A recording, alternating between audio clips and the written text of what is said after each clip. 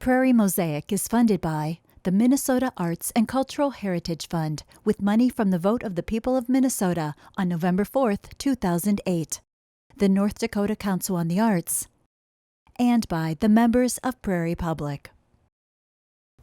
Welcome to Prairie Mosaic, a patchwork of stories about the arts, culture, and history in our region.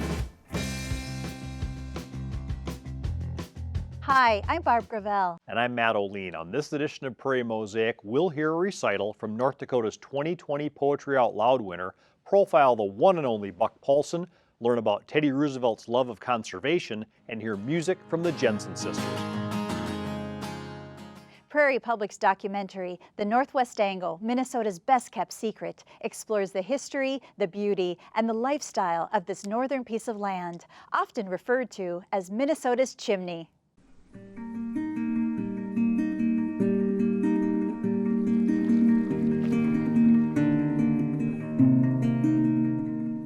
The Angle's a unique place. There's approximately 110 to 120 permanent residents up at the Northwest Angle.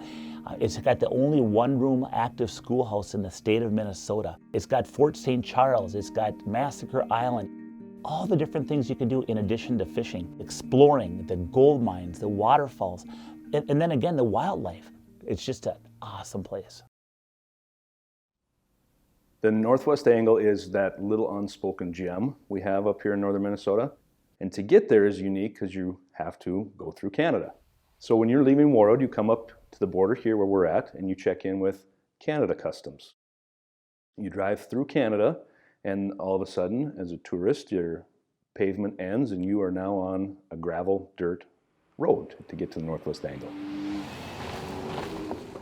A little bit farther on the line, you cross the actual international border with Canada and the US.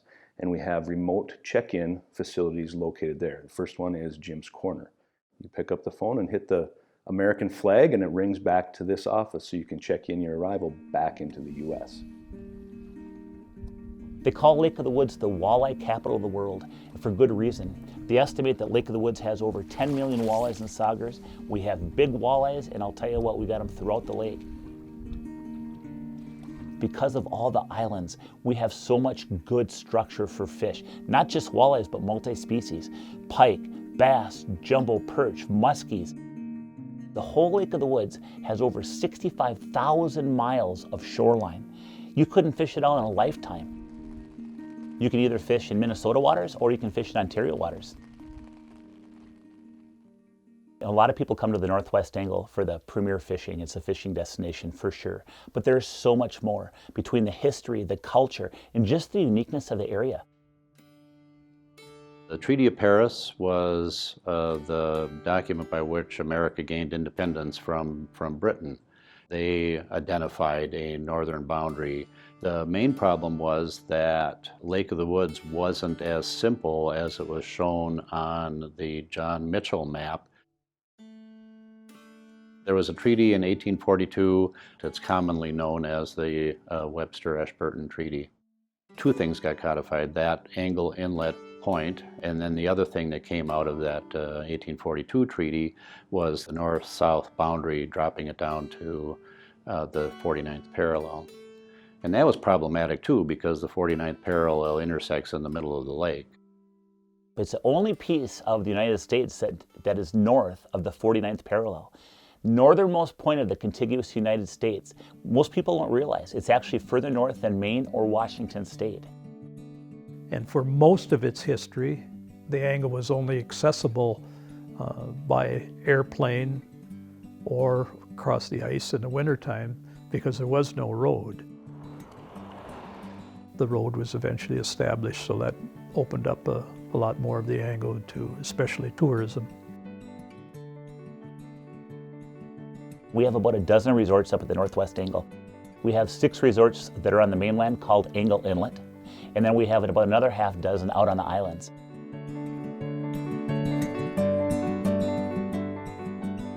I don't think there's a lot of competition necessarily. I mean, everyone has something different to offer.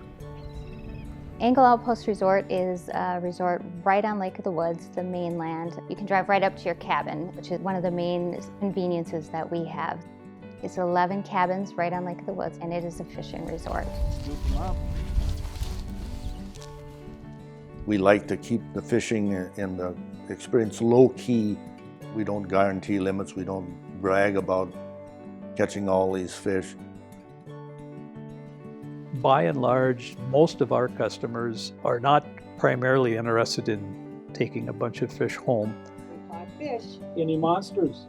They want to come up, enjoy the scenery, catch some fish, have a marvelous shore lunch. My favorite meal of the year. Have a nice relaxing evening, go back out the next day and do the same. We have people that's been coming here for 30-some years. They come back and say, this is the greatest vacation we ever go on. So we changed this to 3, and then number 4 says after that number. Our school is the most northerly school in the contiguous U.S. We're the last one-room public school in the state of Minnesota. When I first started teaching at the Angle Inlet School was kindergarten through 8th grade. There were 2 years that the school was closed, 1992 to 1994, due to lack of enrollment. In 1994, when the Angle School reopened, it reopened as a K through 6 school, and then the 7th through 12th graders had to go on the bus to Warroad each day and back. Those students going into Warroad had to go through customs 4 times, 4 times a day. In the beginning, I thought I would be here for a year or 2, but just came to love the community, the people, the children of this beautiful place. Poetry Out Loud is a high school program that encourages students to learn about poetry while they master public speaking skills and build self-confidence.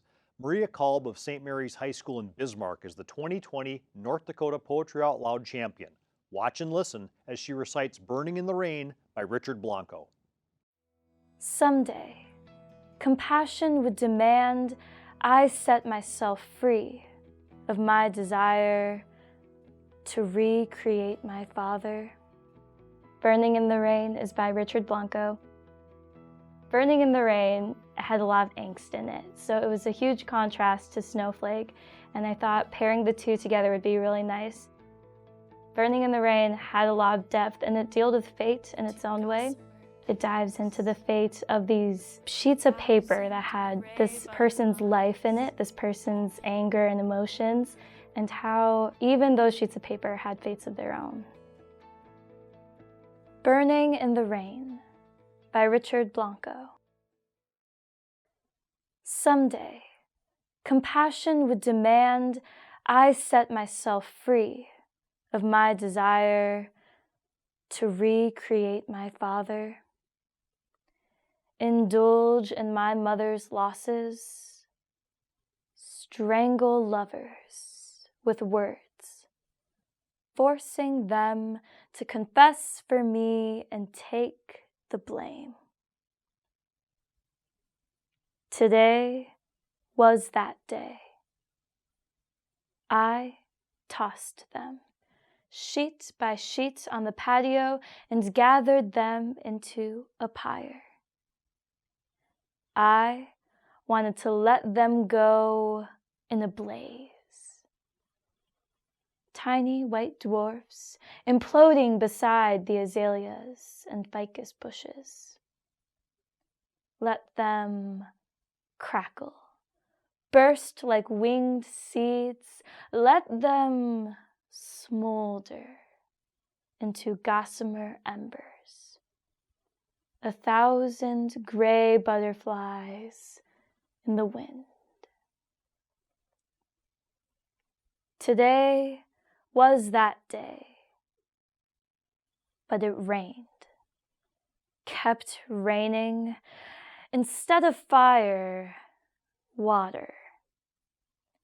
Drops knocking on doors, wetting windows into mirrors, reflecting me in the oaks. The garden walls and stones swelling into ghostlier shades of themselves. the wind chimes, giggling in the storm.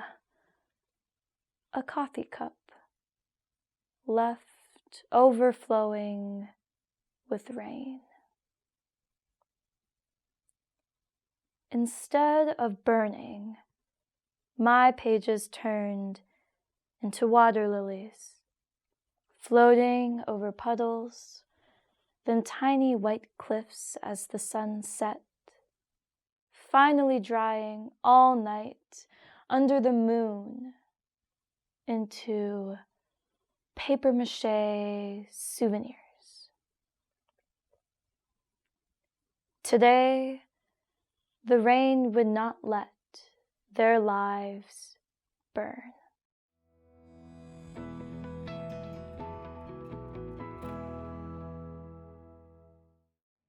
Artist Buck Paulsen has been teaching people to paint on his public television series, Painting with Paulsen, for many years. Buck's painting philosophy, love of people, and his local roots are just a few things that make him special. A journey begins with the first step. The first step today is going on top of our acrylic painting, which we did last time. I was raised in Pelican Rapids, Minnesota, and I spent my first 17 years there. I graduated in a class that had 55 students. I played on every team. I played on football, I played on basketball, I played on baseball. We did have a requirement of taking some art classes. I have a report card, 7th grade, that has a D on it. So I never pursued the art past that. There was never a consideration that I would be an artist, or even as a hobby. It just wasn't in it.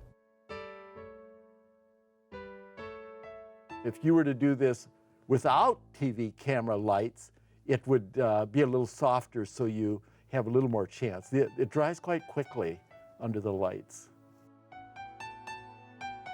Way in advance, we know when the series is to be filmed, and then I'm instantly thinking, well, what should I paint? Once I've decided what I'm going to paint, then I decide, okay, the priming of this canvas is this, this, this. You put the tracings on and get them. You decide what paint needs to be ordered. You send that out. I send my paintings in advance, all the supplies. And then we always have what you call a tease, a kind of introduction for each show. I must go down to the sea again, to the cobalt blue sky, to the viridian green water. Sounds like a palette. After I was 17, I went up to Fargo-Moorhead and I played some minor league professional baseball, and I also went to college. And then I felt I should get my military obligation over with. So I volunteered for the draft. They moved my name up. I went into the Army at the age of 19. I went out to Brigham Young University. It was there that I met my future wife, Carolyn, and we were married in 1958.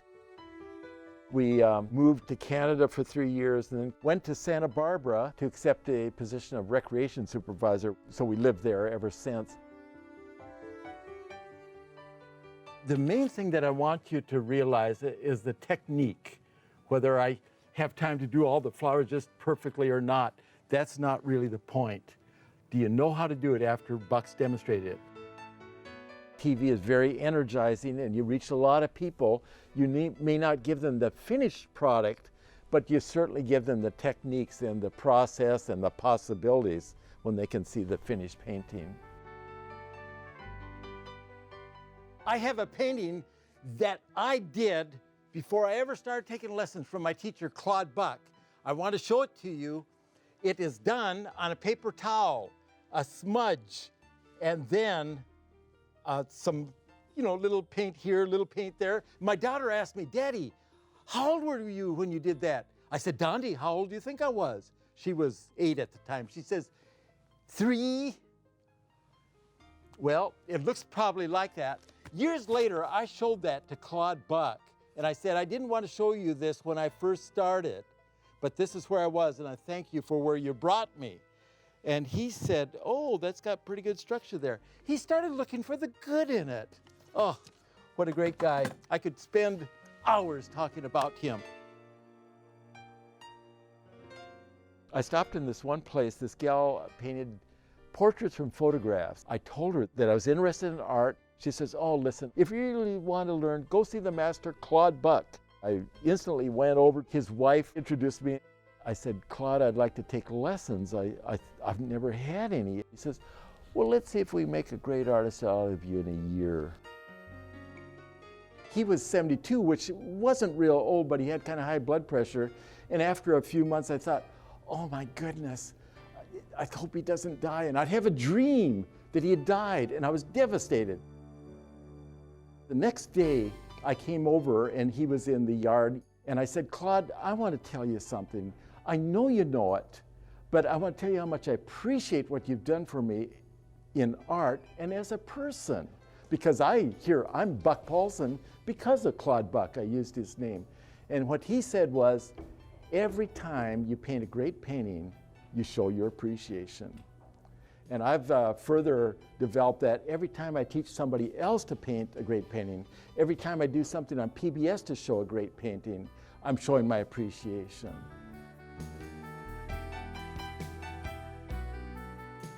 It's great to do these shows, and I hope that you learn from them. We'll see you next time. Bye-bye. Theodore Roosevelt believed in conservation, wildlife, and nature.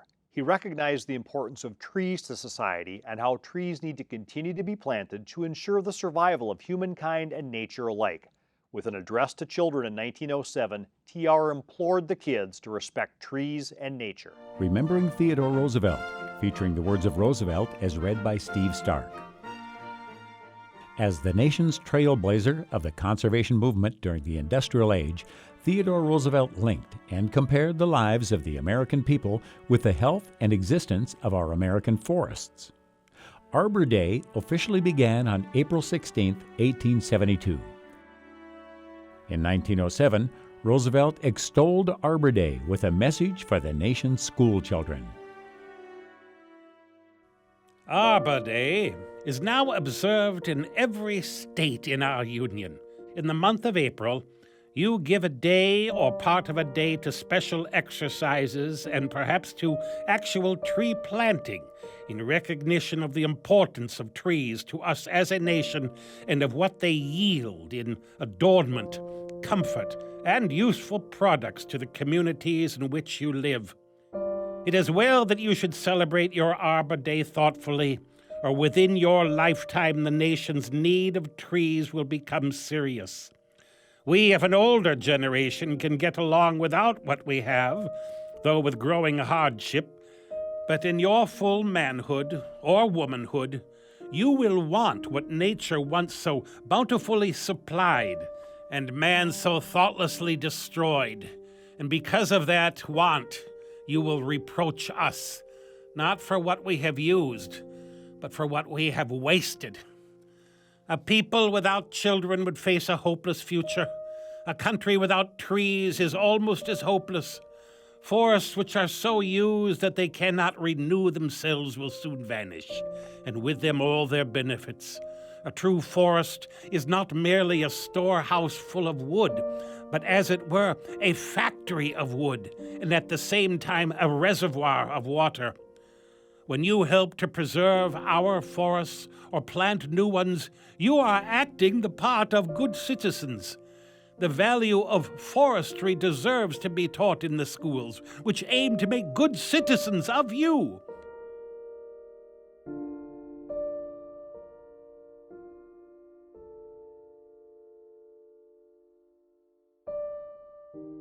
Kendra and Kansas Jensen are musicians and sisters from Goodridge, Minnesota, who have quickly taken the music industry by storm. Enjoy an excerpt from their performance on Prairie Musicians.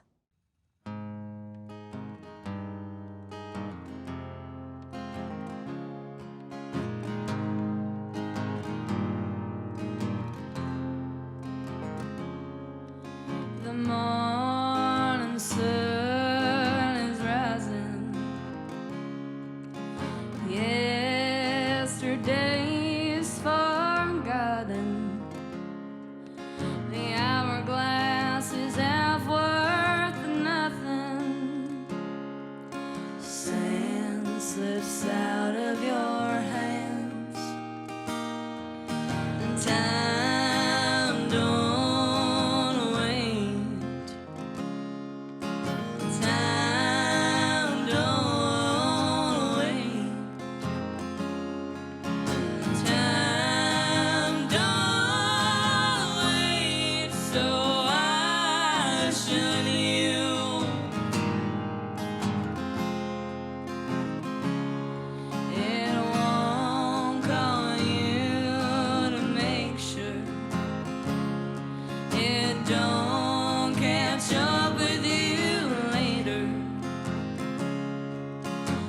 what you got is what you have, so back it up before it runs out.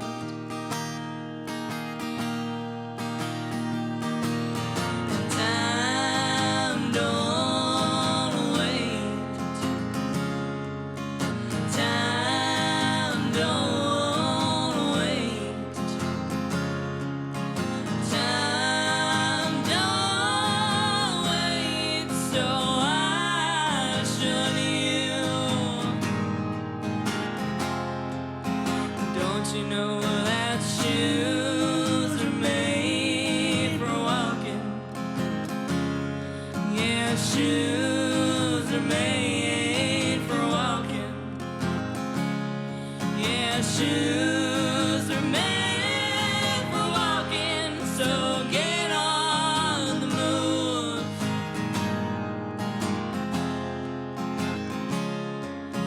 Many a moon you'll turn back through the years and see how you bettered yourself. Take a good look at what you've got now. The sun is setting back down,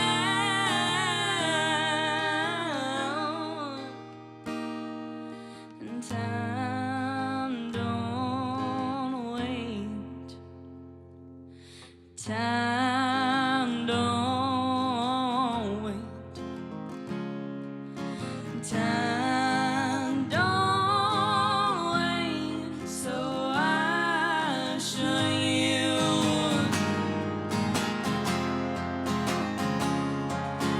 Time don't wait. Time don't wait. Time don't wait, so I should you. Yeah, time don't wait, so I should you.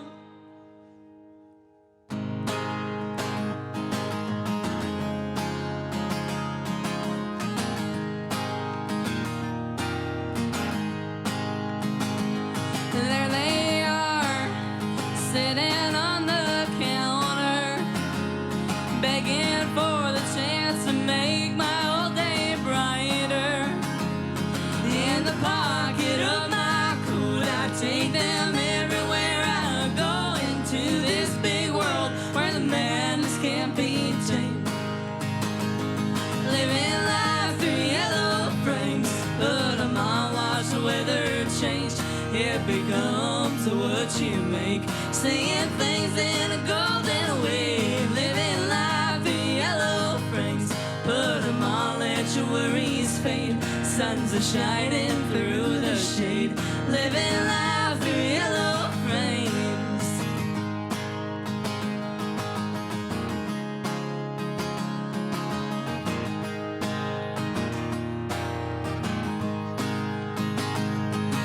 The stars shine when you ain't looking, and the grass is always greener on the other side.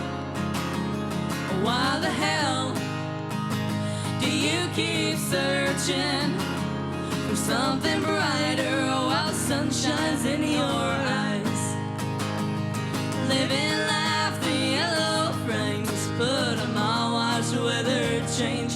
It becomes what you make, saying things in a golden way. Living life through yellow frames, put 'em on, let your worries fade. Suns are shining through the shade. Living life through yellow frames.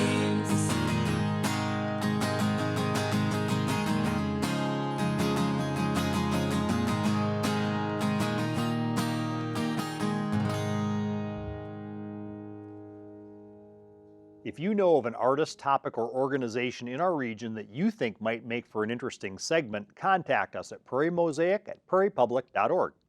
You can watch this and other episodes of Prairie Mosaic on Prairie Public's YouTube channel. And please follow Prairie Public on social media as well. I'm Barb Gravel. And I'm Matt O'Lean. Thanks for joining us for another edition of Prairie Mosaic.